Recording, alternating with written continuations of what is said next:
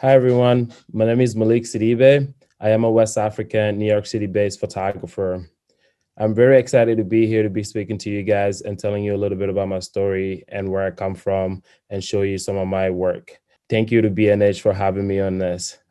I was born in the Ivory Coast, which is in West Africa. If you look closely on the map, it's right down below here. In 2000, my family and I migrated from Ivory Coast to Guinea, where I lived up until when I was 13 years old, and then we moved to America. It took me a little bit to learn the language, but once I got into it, things became pretty much easier from there. How did I get into photography? I got into photography. The first time I got exposed to photography was back in 2009 when my dad came to visit me in Africa for the first time. He had this travel camera that he would carry with him everywhere he would go and take photos with it. I remember seeing it for the first time when he first showed it to me. It was like the coolest thing ever. Then before he left Africa to come back to the States, he gave it to me for me to keep it. And I remember just kind of photographing anything that I could put my eyes on. I've kind of went through my archives and found some of the first images that I've ever taken. As you can see here, it's mostly my family and friends. And I've always been drawn into portraiture and telling people's story and capturing their personalities to a single portrait.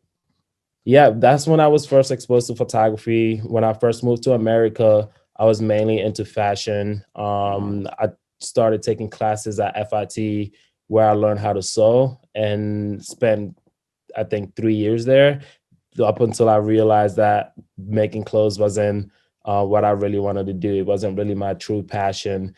That's when I started getting into styling. So I would go out, style people, and then I bought my first camera and then started styling my own models and going out to location scouts and grabbing people to, wherever I could take them and photograph them with their outfits.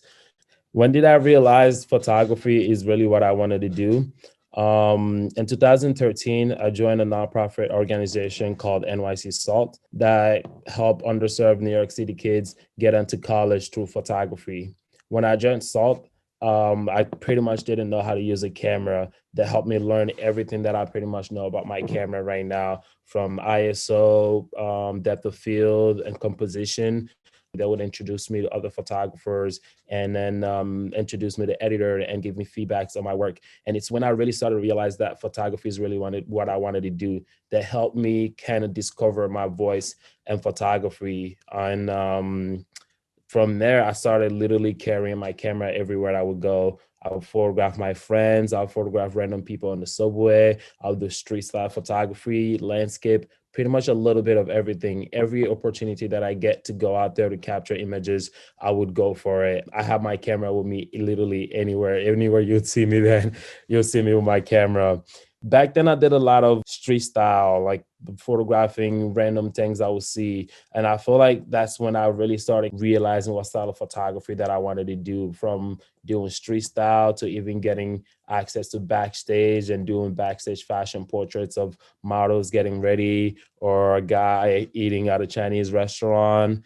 And then from there, I decided that I want to kind of take it up a notch. I wanted to kind of dive in a little bit deeper in photography. I wanted to experiment with colors. I wanted to experiment with studio and lights.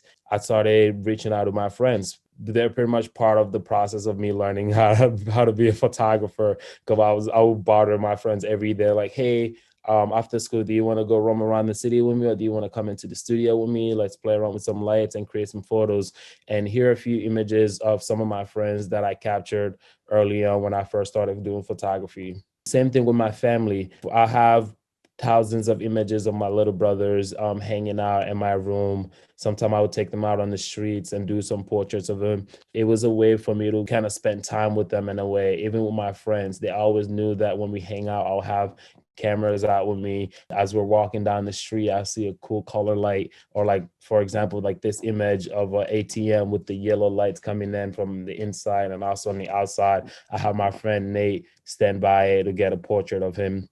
But these are my older work, and my work has evolved a lot throughout the years. Currently, my work is more focused on fashion and portraiture, and I kind of use everything that I learned in the past to find my own style and find my own voice. And, with all these years of experience that I've been practicing, I feel like it helped me kind of narrow my work down to where I see it. And most of these images that you see were all creative directed by myself, and scouted the models myself, and then even sometimes did the styling and the makeup. For example, this one image on the first image on this right here, it was a friend of mine. Her name was Amanda. I was like, I love your hair. Let's go to Guinea Island. The way I lit this shot was with a mirror.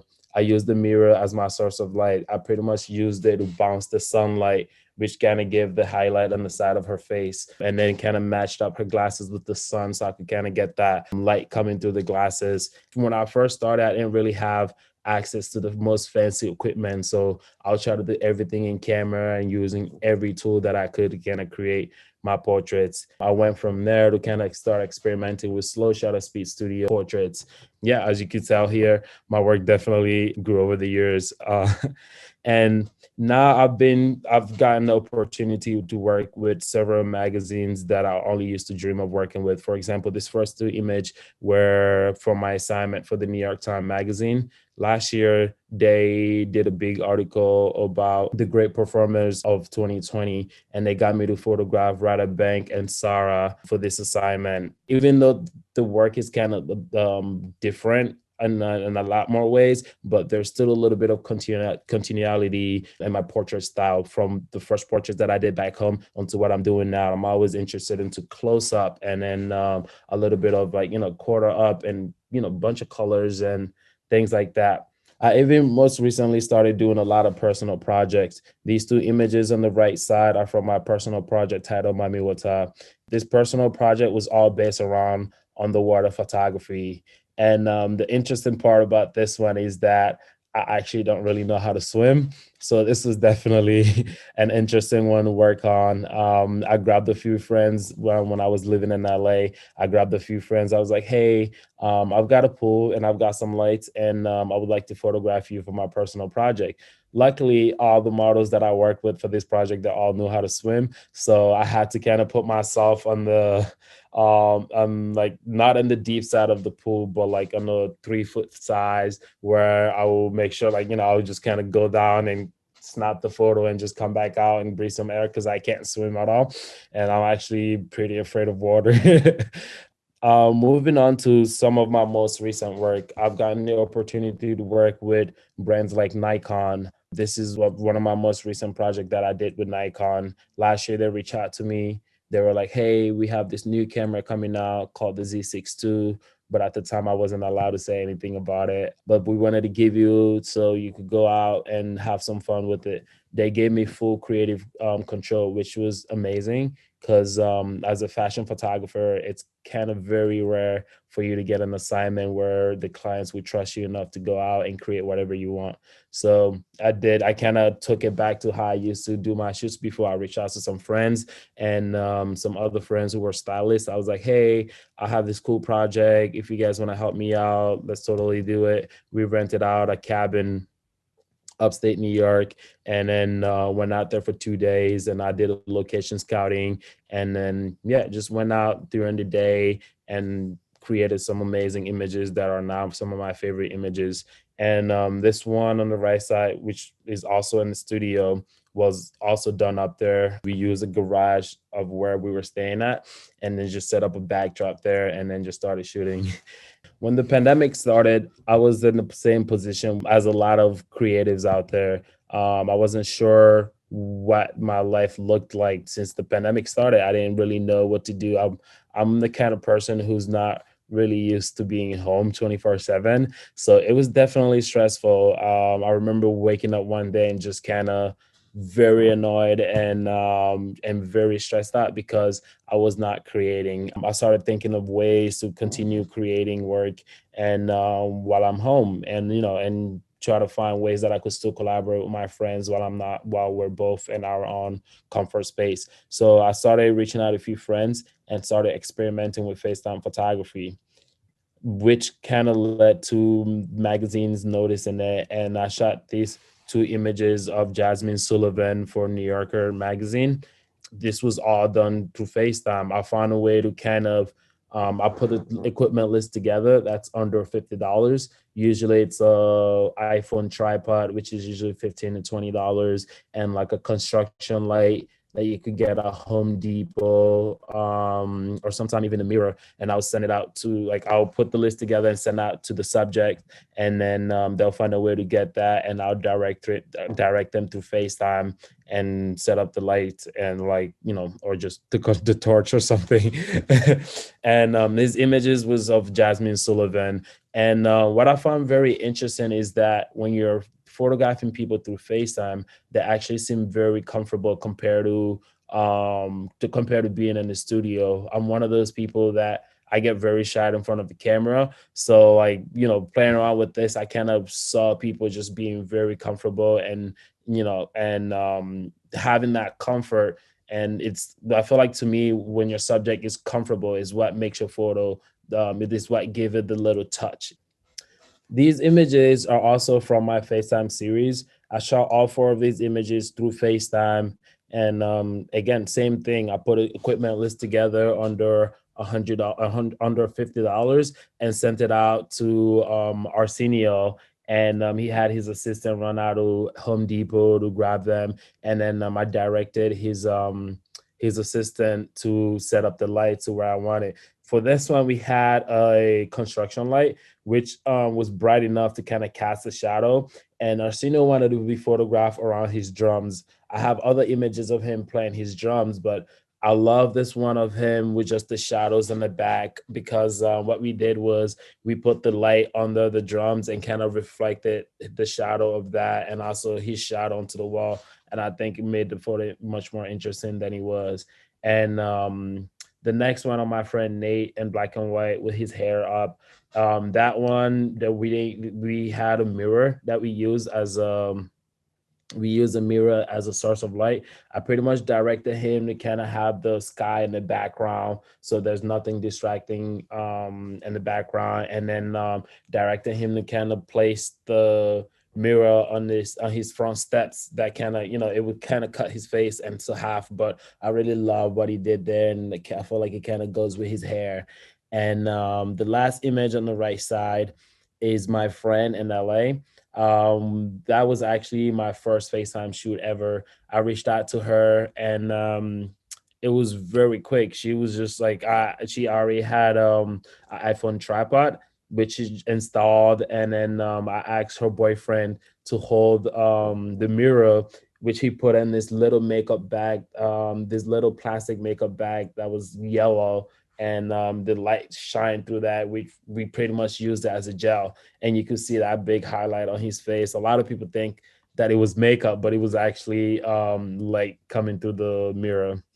And I feel like that, this is one of those things where it's like, as creatives, when you're dealing with a time like the pandemic, you just kind of have to find different ways to stay creative. I did portraits of my mom and my brothers in my living room, and everyone that I was quarantining with. I pretty much have tons of photos of them throughout the pandemic, because it was the only way I could stay sane if I was just creating.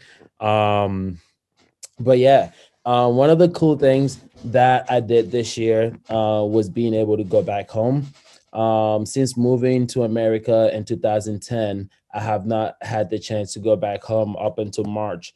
I was lucky enough to get my passport in December, which kind of opened up the doors for me to be able to travel outside of the States. And the first thing I wanted to do was go back home to visit my family. And I'm going to share with you guys a video, a little reel from my trip, so you have an idea of how it went.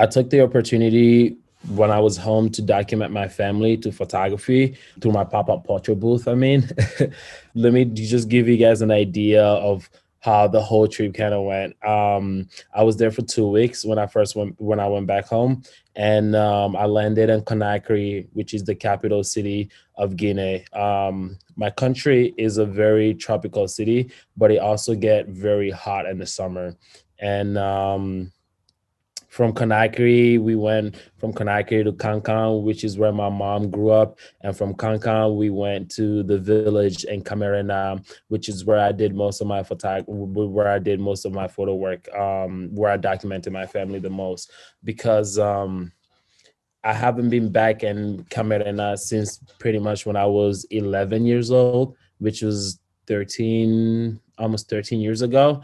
And I had cousins and uncles that I haven't seen since I was a baby. They almost didn't know how I looked like. They never saw my hair like this before. And so going back there and reintroducing myself, and they were super excited. It almost felt like a holiday for them. They decided to put together a big welcoming party for me where I got to set up my pop-up portrait booth and photograph my family. When I was traveling, I brought with me 4 Profoto B10s and a few modifiers, which made it possible for me to create these portraits, because it usually get very hot during the day that you wouldn't want to get a portrait of anyone under the hot sun. So for the pop-ups, I decided to find an area that wasn't really too sunny and was just shady enough so I could kind of get the background to kind of give you a sense of what the environment was like, but also give you enough light with my pro photos to light the subject so you see them clearly and you see the outfit that they were wearing and the instruments they were holding. These are a few images of the leaders of my village. I come from a family where I'm almost treated as like the king of the family. It's not really like a king or queen kind of thing, but it's more like the leader of the village, the people that kind of oversee the things. And so my family is really respected back home. So the whole town kind of came out and played some music and danced, and they brought me food, fresh fruits, literally anything I wanted. I just had to ask. And if I was hungry, the kids would run to the trees and grab me some fresh fruits, either mango or papaya or oranges. And it was just amazing. And yeah, I set up the portrait booth, and then everybody came out and had their portrait taken. They were playing music, people were dancing. These are some of the images from there. Elders also came out. They wanted to make sure that I have their photo, because me being in America for almost 13 years, most of my memories from back home almost felt like a dream. It, like, some of them I even wasn't really sure if it really happened or if it was just a dream that I had when I was younger. So going back and reliving those moments was very refreshing and very rewarding emotionally. My goal with these images is to be able to create a photo book and take it back there to the village and give it out to my family, because some of them has never seen a camera or have never seen a photo of themselves. In the village, there's rarely any cell service, so if you wanted to make a call, you have to drive by a nearby town to get a cell service and call whoever you want to call. And there's not really any like electricity at all, so I had to make sure that my pro photos were charged for the trip. I had extra batteries with me. Luckily, we were there for a few nights, and the battery lasted for that long, which was really awesome. And these guys are pretty much the ones that I grew up with when I was in the village. They were like back home on a regular sunny day. I'm just gonna kind of paint a picture for you guys. Like, we'll wake up in the morning. My family owns a lot of cows, so the kids are usually the ones who are in charge of taking care of the cows. You wake up early in the morning and then go milk the cow to get some milk and bring it out to your family, and they'll use it for food and for breakfast. And then after that, you pretty much take the cow, like, it's like a herd of cows. We have about 50 cows, I think, if I counted correctly. And we'll take them out into the wild and to the forest for the cows to eat. And when we're in the forest, we pretty much find our food while we're there. We don't really bring any food with us. We'll go climb trees or like go to a plantation and grab some fruits and eat them throughout the day. And but yeah, back to the pictures.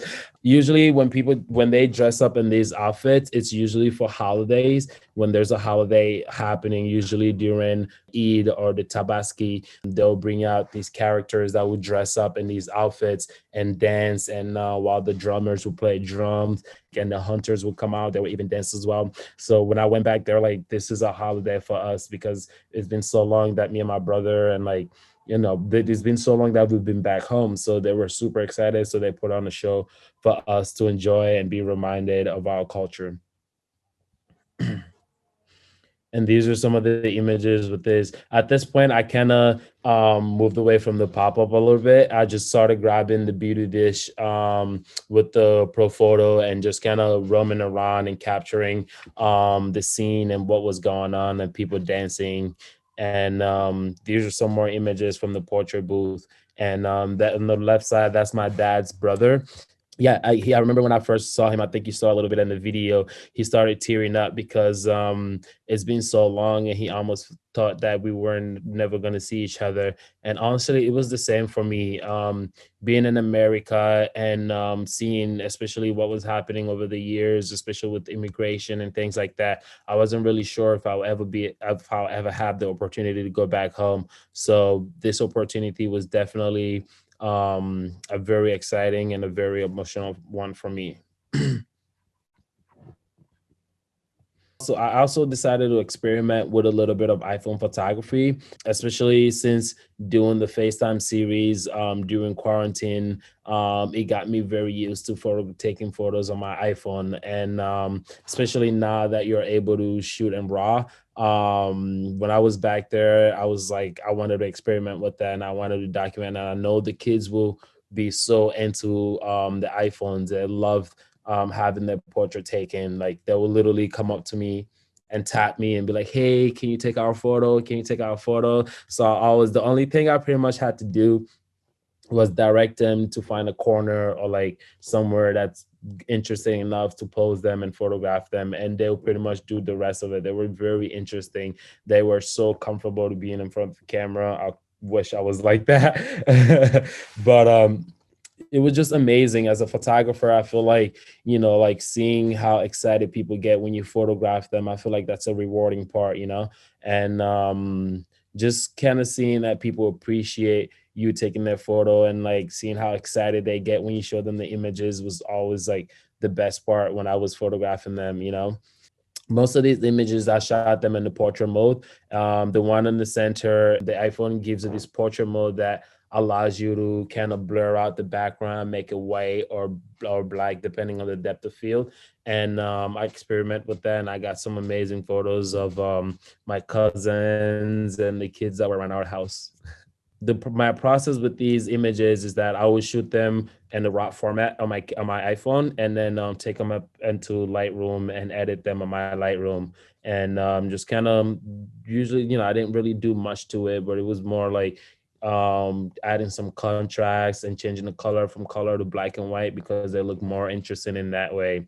And when I was doing the iPhone photography, I try to focus more on the close up and kind of capturing their personality and like their hairstyle and their expressions and stuff like that.